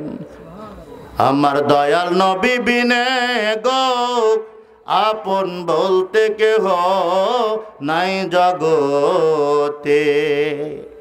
সেই নবী সাল্লাল্লাহু আলাইহি সাল্লামের আদর্শ মানার দরকার আছে না নাই? ইত্তেবা করার দরকার আছে না নাই? কি ইত্তেবা করি আমরা জানেন? জুমার দিনে মসজিদে যখন আসি একটা হাফহাতা গেঞ্জি গায়ে, কথা বলেন, মাথায় টুপি নাই, ফতুয়া দিয়ে বলি ইমামের সাথে বাহাস করতে চাই, আপনি বসেন। টুপি না পরলে নামাজ হয়, টুপি না পরলেও নামাজ হয়, জুব্বা না গায়ে দিলে নামাজ হয়। আর কিছুদিন পর দেখবেন আবার কিছু কিছু ছেলেদের প্যান্টটা এমন খালি নিচের দিকেই নেমে যায়, যায় কি যায় না, যখন সেজদায় দেয় তখন কিন্তু একবারে অবস্থা বড় খারাপ হয়ে যায়। 3 ভাগ মুসল্লি সালাম ফিরানোর সাথে সাথে জুমার দিনে দেখবেন সব বের হয়ে চলে যাচ্ছে, জিজ্ঞাসা করলে বলে দুয়ার দরকার নাই। কথা বলেন, সাহাবীদের দুয়ার দরকার ছিল, তাবিদের দুয়ার দরকার ছিল, তাবিইনদের দুয়ার দরকার ছিল, আইম্মে মুস্তাহিদিনদের দুয়ার দরকার ছিল, বড় বড় হক্কানি রব্বানি ওলিয়া উলিয়াদের দুয়ার দরকার ছিল। এখনকার যুবকদের দুয়ার দরকার হয় না মাসালা আর মাসালা। আমি আপনাদেরকে বলি, ভাতের ভিতরে তরকারি না নিলে ভাতের স্বাদটা কেমন লাগে? জোরে বলেন, খুব বেশি লাগে নাকি স্বাদ? তরকারির মধ্যে যদি লবণ না দেন, সুন্দর কালার হয়েছে, খাইতে আপনার কেমন লাগে? নামাজের একটা অলংকার আছে না নাই? দাড়ি জুব্বা টুপি, দাড়ি আপনি হাজারো চেষ্টা করলে লাগাইতে পারবেন না, হাজারো চেষ্টা করলে কেটে আপনি বন্ধ করতে পারবেন না। আল্লাহ পাক আদম আলাইহিস সালাম জান্নাতের মধ্যে ছিলেন। মা বোনেরা ভালো করে শুনে নাও, আল্লাহ পাক রব্বুল আলামিন আদম আলাইহিস সালাম আর হাওয়াকে একত্রিত করে রাখছিলেন। দুইজন একসাথে ছিল। হাওয়া আলাইহিস সালামের বিয়ে হবে আদম আলাইহিস সালামের সাথে, আদি পিতা আর আদি মাতা। হাওয়া আলাইহিস সালামকে 42 প্রকার জিনিস দিয়ে সাজানো হয়েছিল, বলি সুবহানাল্লাহ। অলংকার দিয়ে সাজানো হয়েছে। আদম আলাইহিস সালাম বলতেছেন, আল্লাহ হাওয়াকে এত সুন্দর করে সাজাইলা, আমারে তো কিছু দিয়া সাজাইলা না, একটু ফেস পাউডার কিছুই লাগাইলা না। হাওয়া আলাইহিস সালামকে এত সুন্দর করে সাজাইলা, অলংকার দিলা। আল্লাহ পাক রব্বুল আলামিন আদম আলাইহিস সালামের এই গাল মুবারক করে উপরে আল্লাহর কুদরতি হাত বসায়া দিলেন। আল্লাহ পাক রব্বুল আলামিন হাতটা নামানোর সাথে সাথে, আল্লাহর কুদরতি হাত লাগানোর সাথে সাথে দাড়ি মুবারক গজায় গেল, বলি সুবহানাল্লাহ। দাড়ি হচ্ছে পুরুষের অলংকার। আপনি এখন একটা দাড়ি কাটার পরে, সেভ করার পরে ছবি উঠবেন, ভালো করে বাঁধাই করবেন, আর একটা সুন্দর করে দাড়ি রাখার পরে একটা ছবি উঠবেন। যদি আকাশ পাতাল ফারাক না হয়, আপনার চেহারার মধ্যে যদি সৌন্দর্য না আসে, আমার বাড়ি ভেড়ামারা কুষ্টিয়া, নাম্বারও আপনাদের কাছে আছে, আপনি বলবেন যাওয়া লাগবে না, আমি আপনার বাড়িতে এসে দেখা করে যাব। এটা আমার আল্লাহর অশেষ বড় নিয়ামত। এটা মুসলমানদের পরিচয় বহন করে। কোন নবী দাড়ি কাটে নাই, কাটছে নাকি? কোন নবী দাড়ি কাটে নাই, কোন সাহাবীরা দাড়ি কাটে নাই, কোন ওলিয়া উলিয়ারা দাড়ি কাটে নাই। তবে আমি কিছু এই জামানার পীরকে দেখেছি, মুছ বড় বড়, চুল এই পর্যন্ত, কিন্তু দাড়ি নাই। কি নাই? দাড়ি নাই। আমার একটা মাহফিলে দাওয়াত করেছিল আমার এক অঞ্চলে ভেড়ামারার বড় পীর। যাই দেখতেছি সব রেডি, কবরও রেডি করে রাখছে, কখন নাকি মারা যায় ওখানে রাখবে তারে, বড় বাজার বানাবে। আমাকে বলতেছেন তোমরা কোরআন হাদিস বুঝো না। তাহলে কেন ডাকতেছেন আমারে? বলতেছে তোমাদেরকে একটু বুঝ দেওয়ার জন্যে। তাহলে আপনি শুরু করেন। বলছে না না, 1 ঘন্টার সময় তুমি আগে ওয়াজ করো, মিলাদ মাহফিল করো, মিলাদ ক্যাম্প করো, দোয়া করো, সব ঠিকঠাক আছে, পরে তোমার সাথে ঘরের মধ্যে বসবে। পুরা কোরআনকে সে অস্বীকার করলো, নামাজ তো নাই, কিছুই তার কাছে নাই। বোঝা গেল রোজা থাকবে বাদুরে, মানুষ কেন রোজা থাকবে? নাউজুবিল্লাহ, জোরে বলেন। এমন পীর দেশে আছে না নাই? ইতরপনা কার্য আমার ঘটে অহর নিশি, গুরু আমারে কি রাখবেন বলে চরণ দাসী। মানুষ দরকার আছে না নাই? কোনো ভালো মানুষের সোহবতে যাবেন, দাস হয়ে যাবেন। দাসের যোগ্য আপনি যখন হয়ে যাবেন, অবশ্যই আপনার মধ্যে আপনার দিল উজালা হয়ে যাবে। কোনো মানুষ ছাড়া আপনি ধর্ম খুঁজে পাবেন না। আপনাকে কোরআনের তাফসির দেওয়া হবে, আপনি পড়বেন, আপনি ভ্রান্ত মতবাদে চলে যাবেন, আপনি বুঝবেন না। মনে রাখতে হবে মানুষ ধরে আপনাকে মানুষ হতে হবে। তবে মানুষকে পরীক্ষা করার জন্য আল্লাহ মানবের মধ্যে একটা বস্তু দান করেছেন যার নাম কলব। যার নাম কলব। আমি বললাম আপনি আসলেও একটা ভ্রান্ত লোক, আপনার দ্বারা ধর্ম জিন্দা হবে না। আপনি শুধু গাঁজা খায়, আপনি শুধু নেশা করে, মোজদানিকে হলুদ করে ফেলে আপনি ধর্ম করে যশ করতে পারবেন না। খবরদার কোরআনের বিরোধিতা করবেন না। একটা হরফ পরিবর্তন করার ক্ষমতা পৃথিবীর কারো নাই। আছে? নাই। ওলিয়া উলিয়া খোঁজ করতে হবে। কি করতে হবে? ওলিয়া উলিয়াদের দরবারে যেতে হবে। সর্বপ্রথম দেখতে হবে শরীয়ত। কি দেখতে হবে? শরীয়ত। দেখবেন ওই মুর্শিদ, ওই হুজুর, ওই পীর সাহেব মাগরিবের নামাজ পড়বে, 6 রাকাত আওয়াবিন পড়বে, কমসে কম আধা ঘন্টা মুরাকাবা করবে, 10 মিনিট 15 মিনিট মুরাকাবা করবে। আমাদের দেশের মুরাকাবা অনেকেই মানে না। আমার রসুল কোরআন নাজিলের আগে হীরা পর্বতের গুহার মধ্যে মুরাকাবায় ধ্যানমগ্ন ছিল। কিছু পাইতে হলে, কিছু নিতে হলে ধৈর্য ধারণ করতে হয়। হয় কি হয় না? কলব যদি জিন্দা করতে হয় খাঁটি পীরের কাছে যাইতে হয়। খাঁটি পীর কিন্তু আমরা খুঁজে পাই না। মনে রাখতে হবে, খবরদার, আল্লাহ পাক রব্বুল আলামিন বলেছে আমারে যদি চিনতে হয়, আমারে যদি জানতে হয়, নিজকে নিজে আগে চিনতে হবে। মান আরাফা রাব্বাহু ফাকাদ আরাফা নাফসাহু। আগে নিজকে চিনো, এরপরে তুমি তোমার খোদাকে চিনবে। আল্লাহকে চিনার কথা আল্লাহ বলেছেন। আপনি যতক্ষণ আল্লাহরে যারা চিনে, রসুলকে যারা চিনে, তাদের কাছে না গেলে আপনি চিনতে পারবেন না। কথা বুঝতেছেন? আমার আল্লাহ রাব্বুল আলামিন বলতেছেন, বান্দা শোনো, তুমি কি কোনোদিন অনুভব করেছ ওয়ানাহনু আকরাবু ইলাইহি মিন হাবলিল ওয়ারিদ? আমি আল্লাহ তোমার এত নিকটে আছি, এত নিকটে আছি, আমি আল্লাহ তোমার এত কাছে আছি, আমি তোমার ঘাড়ের সাহারগের থেকেও নিকটে আছি। বলে সুবহানাল্লাহ। খোঁজ করে কি কোনো দিন দেখেছে নাকি আল্লাহ কিভাবে থাকে, কোথায় থাকে? আল্লাহ আরশে আজিমে থাকে, এই কথা একদল বলে, কি বলেন না? স্থান কাল পাত্র আল্লাহর জন্য কিনা প্রযোজ্য না, এই কথা বলে যাবে না। আল্লাহ আরশে আজিমে থাকে, তাহলে জমিন ঠেকাবে কিডা? আসলে কথাটা এমন না। আমার আল্লাহ, আমরা উপরের দিকে বলি এই কারণে, এটা সম্মানার্থে বলি। আমার আল্লাহ কোথায় থাকে জানেন? মুমিনের কলবের মধ্যে থাকে। জোরে বলেন সুবহানাল্লাহ। এই জন্য মুমিন হতে হবে, ইমানদার হতে হবে, মুসলমান হতে হবে। খালি পরের জমি, জায়গা জমি, খালি এই চিন্তা মাথার মধ্যে, দেখবেন মাঝে মধ্যে আলটা ব্যাঁকা হয়ে গেল, আমিন নিয়ে আসতে হবে। কি হবে? আমিন নিয়ে আসতে হবে, মাপাযোগে করতে হবে। একটা গরিব মানুষ তার জমিটা বার করার জন্য অনেক সম্পদশালীরাও আমিন নিয়ে আসে। জোর করে 2 কাটা বের করে নিলেও মুখ দিয়ে কথা বলতে পারে না। এই জমিনে যখন আমিনের ফিতা ধরা হয়, শিকল ফেলা হয়, আমার আল্লাহ হাসতে থাকে, কার জমিন আর কারা মাপামাপি করে। আন্দাজে এক খুঁটি গেড়ে জানে না সীমানাকার, এসব দেখি কানার হাট বাজার।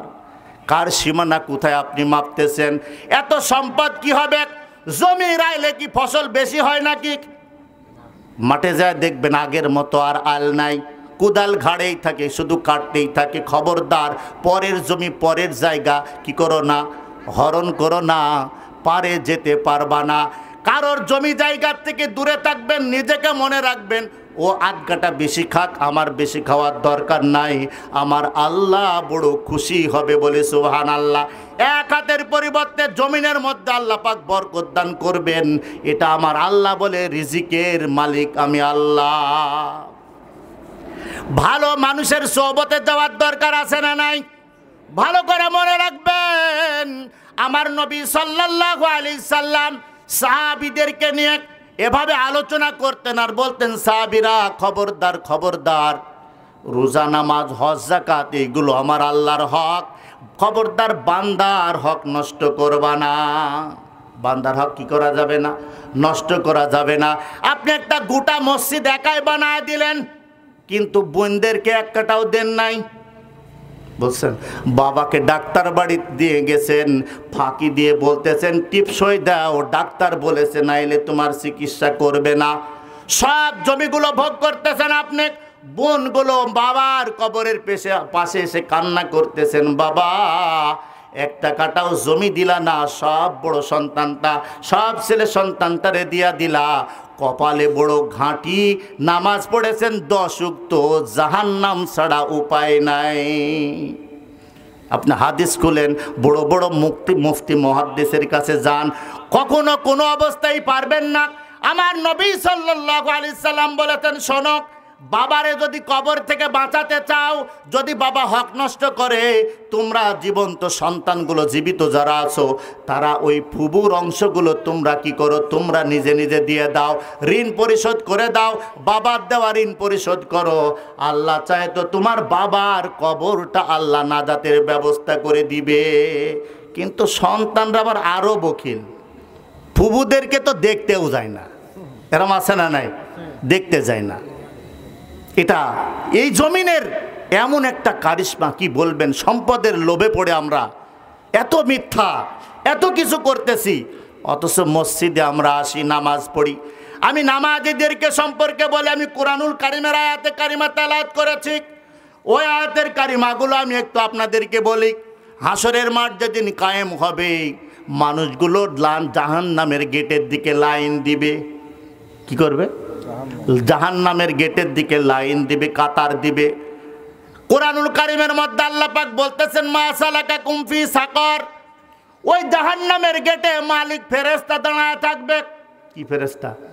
মালিক ফেরেশতা দাঁড়ায় থাকবে, বলবে কেন তোমরা জাহান্নামে আসছো? কোরআনের কথা কি শোনো নাই? কালিমার দাওয়াত কি পাও নাই? হাদিসের কথা শোনো নাই?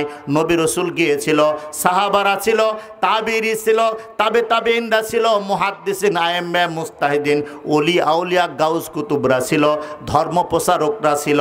নায়েবে রসুলদের কাছে কালিমার দাওয়াত পাও নাই, হক বাতিলের দাওয়াত পাও নাই। ব্যাপারটা বুঝলাম না, কেন তোমরা জাহান্নামে আসছো? ওরা 4টা কারণ বর্ণনা করবে। কয়টা? 4টা কারণ বর্ণনা করবে। 1 নম্বর কারণ বলবে, মা সালাকাকুম ফি সাকর। 1 নম্বর কারণ বলবে, ক্বালু লাম নাকু মিনাল মুসাল্লিন। আমরা মুসল্লি ছিলাম না, আমরা নামাজি ছিলাম না, আমরা মুসল্লি হতে পারি নাই। পড়েছি নামাজ কিন্তু ভোগী যোগী। ফাওয়াইলুল লিল মুসাল্লিন, এমন নামাজ যেই নামাজ অভিশাপ করেছে। পড়গা নামাজ জেনে শুনে, নিয়ত বাদলে কি আর মক্কা পানে। পড়গা নামাজ জেনে শুনে। আপনি মনে করছেন 5টা সূরা জানি, আমি বড় মজবুত নামাজি, দোয়া মাসুরা জানি, কুনুত জানি, আত্তাহিয়াতু জানি, দুরূদ শরীফ জানি, আমি বড় নামাজি। কিন্তু না, আপনি হক নষ্ট করেছেন, নামাজ পড়তেছেন, নামাজ আপনাকে অভিশাপ করবে। আল্লাহ বলতেছেন, ইন্নাস সালাতা তানহা আনিল ফাহশাই ওয়াল মুনকার। নিশ্চয় নামাজ একমাত্র কি করতে পারে? অশ্লীল খারাপ কাজ থেকে বিরত রাখতে পারে। যখন বিরত রাখতে পারতেছে না, বোঝা গেল নামাজ আমার কবুল হচ্ছে না। নাপা খাওয়ার পরে জ্বর যদি না ছাড়ে, আপনি ডাক্তারের কাছে যায় বলেন, না পাই কাজ হয়নি। কথা ঠিক কিনা বলেন? কট্রিম খাওয়ার পরে কাজ হলো না, আরো হায়ার অ্যান্টিবায়োটিক দিতে হবে, অ্যাজিথ্রোমাইসিন দিতে হবে। এভাবে আস্তে আস্তে আপনি আগাতে থাকেন, আপনার জ্বর ছেড়ে গেলে বুঝবেন এই বড়িতে আমার কাজ হয়েছে। আল্লাহ একটা ওষুধ দান করে দিয়েছে।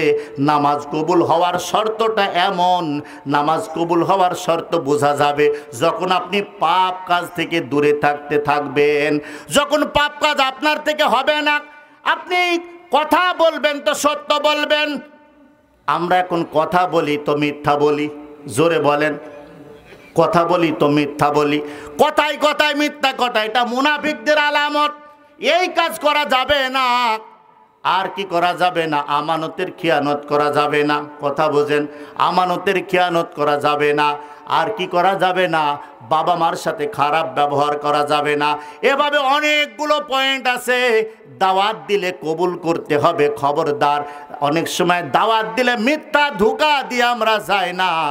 আমার রাসূল আর একটা কথা বলেছে, যারা আত্মীয়তার সম্পর্ক ছিন্ন করে এরা জান্নাতে যাবে না।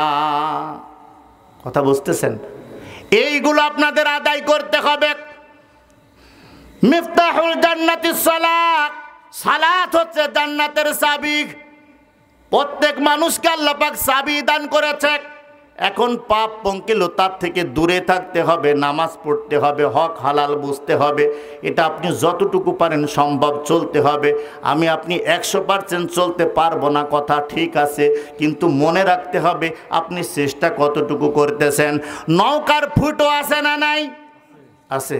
নৌকা নদীতে চলে, ফুটো যদি না থাকে, পানি যদি না উঠে, তাহলে নৌকা কিন্তু চলবে না, ডুবে যাবে। আবার পানি যদি আপনি না সেঁকেন তাও কিন্তু নৌকা ডুবে যাবে। তাহলে যেরকম মাপের নৌকা তার সেঁকার মেশিনও তত বড়। কথা ঠিক কিনা বলেন? যদি ছোট ডুঙ্গি হয়, হাত দিয়ে সেঁকতেছে, কোনো মগ দিয়ে সেঁকতেছে। বড় নৌকার পানি কি করতেছে? মেশিন লাগা সেঁকতেছে, কিন্তু পানি উঠতে দিচ্ছে, আবার সেঁকতেছে।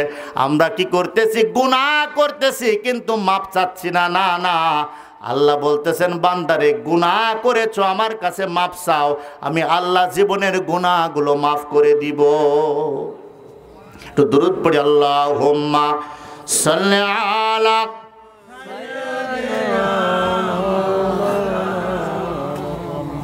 ওয়ালা আলি সাইয়্যিদিনা। পাপ কেমন আপনি করেছেন, আল্লাহ মাপ চাইলে মাপ দেয় কি দেয় না? একেবারে শেষের দিকে আমি চলে এসেছি। আর একটা কথা আপনাদের বলে শোনা যায়। আপনারা নাম শুনেছেন দাহিয়াতুল কলবির? শুনেছেন? দাহিয়াতুল কলবি রাদিয়াল্লাহু তাআলা আনহুর নাম শুনেছেন? এমন একজন সাহাবী হয়েছিল, আল্লাহ জিব্রাইল ফেরেশতার চেহারা ওই দাহিয়াতুল কলবি সুরতে জিব্রাইলকে আমার নবীর কাছে পাঠাইতেন, বলে সুবহানাল্লাহ। দাহিয়াতুল কলবি যখন মুসলমান হয় নাই, একটু কান পেতে ভালো করে শুনে যান। এটাই আমার হয়তো বা বয়ানের শেষের অংশের দিকে আমি চলে এসেছি। দাহিয়াতুল কলবি রাদিয়াল্লাহু তাআলা আনহু তখন মুসলমান হয় নাই, জাহেলিয়াতের যুগ চলতেছে। তাজা সন্তানকে মেয়ে সন্তান হলে বালুর চরের মধ্যে গেড়ে দিত। কি করত? বালুর চরের মধ্যে পুঁতে ফেলত। দাহিয়াতুল কলবি শুধু নিজের সন্তান না, অন্যের সন্তানও তিনি কি করেছেন? বালুর ভিতরে পুঁততেন। এত শক্ত তার দিল ছিল, পাথরের মতো শক্ত। তিনি কখনো দুর্বল হতেন না। দাহিয়াতুল কলবির এক এক করে 6টা সন্তানকে বালুর ভিতরে পুঁতে দিয়েছে। ওই সব সন্তানগুলো কি ছিল? কি ছিল? মেয়ে সন্তান, কন্যা সন্তান। ও মা বোনেরা, আমার নবী সাল্লাল্লাহু আলাইহি সাল্লাম মেয়ে সন্তানদেরকে প্রাধান্য দিয়েছে। মেয়েদেরকে আমার নবী বড় ভালোবাসতেন, বলে সুবহানাল্লাহ। দাহিয়াতুল কলবি শেষ সন্তান পেটের ভিতরে আছে, 7 নম্বর সন্তান। ওই সন্তানটা রাখার পরে মাকে বলতেছেন, ওই সন্তান তার স্ত্রীকে বলতেছেন, নো স্ত্রী শোনো, সব সন্তানগুলোর আমি বালুর মধ্যে গেড়ে রেখে ফেলেছি। আমি এখন বাণিজ্যিতে চলে যাব, ব্যবসার কাজে যাব। এই যে সন্তানটা তোমার পেটে থাকলো, এই সন্তানটা যদি ছেলে সন্তান হয় রাইখা দিবা, আর যদি মেয়ে সন্তান হয়, কন্যা সন্তান হয়, তাহলে কি করবা জানো? তুমি নিজ হাতে বালুর ভিতরে গেড়ে রাখবা। এটা কি মার দ্বারা সম্ভব? কথা বলেন। কিছুদিন পর চলে গেল দাহিয়াতুল কলবি, বাণিজ্যিতে চলে গেল, ব্যবসায় চলে গেল। দাহিয়াতুল কলবির স্ত্রীর ডেলিভারি হলো, সন্তান হলো, কন্যা সন্তান। কিন্তু মা কি করলেন? মা আতুর ঘর থেকে সব ছেলেগুলো, সব মেয়েগুলো নিয়ে যাইতো, কিন্তু এই সন্তানটা তো আর কেউ নিয়ে যাচ্ছে না। প্রাণ খুলে তাকায় দেখলেন চেহারার দিকে। মানুষের চেহারা তো সুন্দর হয়, বড় আদরের সন্তান। 7 নম্বর সন্তানটা মা তাকায় তাকায় দেখতেছে আর সুমা খায়। আদর যত্ন করে বালুর মধ্যে গাড়লেন না, তিনি লালন পালন করলেন। বয়স প্রায় 5 বছর হয়ে গেছে। কয় বছর? 5 বছরের একটা সন্তান যখন ঘুরে বেড়ায় বাড়ির ভিতরে কত সুন্দর লাগে। নাম রাখলেন উম্মে জামিলা। কি নাম রাখলেন? উম্মে জামিলা। কোলের মধ্যে যখন রাত্রিবেলায় ঘুমা যায় আর মা সব গল্পগুলো করে, ও উম্মে জামিলা, তোমার আগে আরো 6টা সন্তান আল্লাহ আমারে দান করেছিলেন, কিন্তু তোমার বাবা ওই আতুর ঘর থেকে কি করেছে, আমার কোলের মধ্য থেকে বের করে নিয়ে বালুর ভিতরে পুঁতে ফেলেছে, গেড়ে দিয়েছে। তুমি একমাত্র সন্তান, তোমার বাবা যখন বাণিজ্যিক থেকে ফিরে আসবে, খবরদার খবরদার তার সাথে খারাপ ব্যবহার করবা না। আব্বা বলে ডাক দিবা, একটু কোলে উঠবা, চুমা দিবা, মায়া মমতা তৈরি করবা। হঠাৎ করে দাহিয়াতুল কলবি বাণিজ্যিক থেকে ফিরে চলে আসলেন। আসার পরে বাণিজ্যিক থেকে আসার পরে ব্যবসার থেকে ফিরে আসলেন, দেখতেছেন একটা সন্তান কি করতেছে, বাড়ির ভিতরে ঘোরাঘুরি করতেছে। মা বলে দিলেন, যাও, এটা তোমার বাবা, এটা তোমার বাবা। মা যারে বাবা ডাকতে বলে সন্তান তার এই বাবা ডাকে, কথা ঠিক কিনা বলেন? মায়েরে ভজিলে হয় তার বাপের ঠিকানা, নিগম বিচারি সত্য সত্য জানা গেল যে জানা, মায়েরে ভজিলে হয় তার বাপের ঠিকানা, কথা ঠিক কিনা বলেন? মা যারে বাবা ডাকতে বলে সন্তান তারই বাবা ডাকে। মা বললেন, এটা তোমার বাবা। দেখে নাই উম্মে জামিলা কি করলেন, আব্বা বলে ডাক দিলেন, বড় মিষ্টির ডাক, বাবা ডাক। কোনোদিন দাহিয়াতুল কলবি শুনে নাই। ছোট্টবেলায় সন্তানগুলোরে বালুর মধ্যে গেড়ে দিয়েছে, যখন বাবা বলে ডেকেছে আর তিনি মধুর সুরে ডাকার কারণে মায়ায় জড়ায় গিয়েছে, দিলের মধ্যে একটা শান্তি। আহারে কতদিন পর আব্বা ডাকটা শুনলাম। আব্বা ডাকটা না ডাকতে পারলে আমাদের সমাজে কেমন হয় বলেন তো? সন্তান বুবা, কিন্তু আব্বা ডাকতে পারে না, মা ডাকতে পারে না। জমি জায়গা বিক্রি করে হলেও মানুষের কাছে ধার কর্জ করে, ভিক্ষা করে হলেও ডাক্তারের কাছে চিকিৎসা করার চেষ্টা করে, শুধু আব্বা ডাকটা শোনার জন্য, মা ডাকটা শোনার জন্য, কথা ঠিক কিনা বলেন? দাহিয়াতুল কলবি আদর যত্ন পেয়ে ভুলে গেল, কয়েকটা রাত চলে গেল। হঠাৎ করে শয়তান তার ঘাড়ে চেপে বসল। শয়তান চেপে বসার কারণে বুদ্ধি দিল, এই কয়েকদিন পরে একটু বড় হয়ে গেলে তোর মেয়েটার বিয়ে দিতে হবে। শয়তান কুযুক্তি দিতে শুরু করে দিল। লোকেরা বলবে এটা দাহিয়াতুল কলবির সন্তান, মেয়ে সন্তান, কন্যা সন্তান, এভাবে ভৎসনা করবে, না না, সন্তানকে রাখা যাবে না। দাহিয়াতুল কলবি তার স্ত্রীকে বলতেছেন, উম্মে জামিলাকে সুন্দর করে সাজা দাও, একটু আমরা মেয়ে আর বাবা কি করে একটু বেড়ায় আসি। হাতের সাথে হাতটা লাগায় সুন্দর করে সাজগোজ করে বালুর চরের দিকে চলে গেল। মরুভূমি অঞ্চলে জঙ্গলের দিকে রওনা হয়ে গেল। যাওয়ার পরে একটা জায়গায় সব কিছু রেডি ছিল, খুঁড়তে শুরু করে দিল। মাটি যখন খুঁড়তে শুরু করে দিল, দাহিয়াতুল কলবির কপাল দিয়ে ঘামগুলো ঝরতেছিল। উম্মে জামিলা বারবার জামার আস্তিন দিয়া বাবার কপালটা মুছে দিচ্ছে আর বলতেছেন, বাবা এই খালি বালুর চরে তুমি কেন খোঁড়াখুঁড়ি করতেছ? কি আছে এখানে তুমি বলো না? বারবার বলতেছেন না, তুমি দাঁড়ায় থাকো। গলা পর্যন্ত যখন খোঁড়া হয়ে গেল, মেয়েটারে ধাক্কা দিয়া নামায় দিলেন। মেয়েটার আর বুঝতে বাকি রইল না যে বাবা আমারে মেরে ফেলবে, এটা আর বুঝতে তার বাকি রইল না।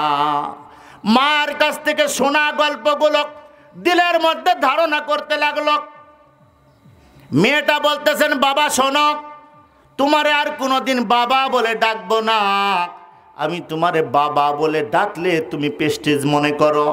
আমারে তুমি মায়েরো না, আমারে তুমি পুঁতে ফেলো না, আমারে তুমি কি করো না, হত্যা করো না।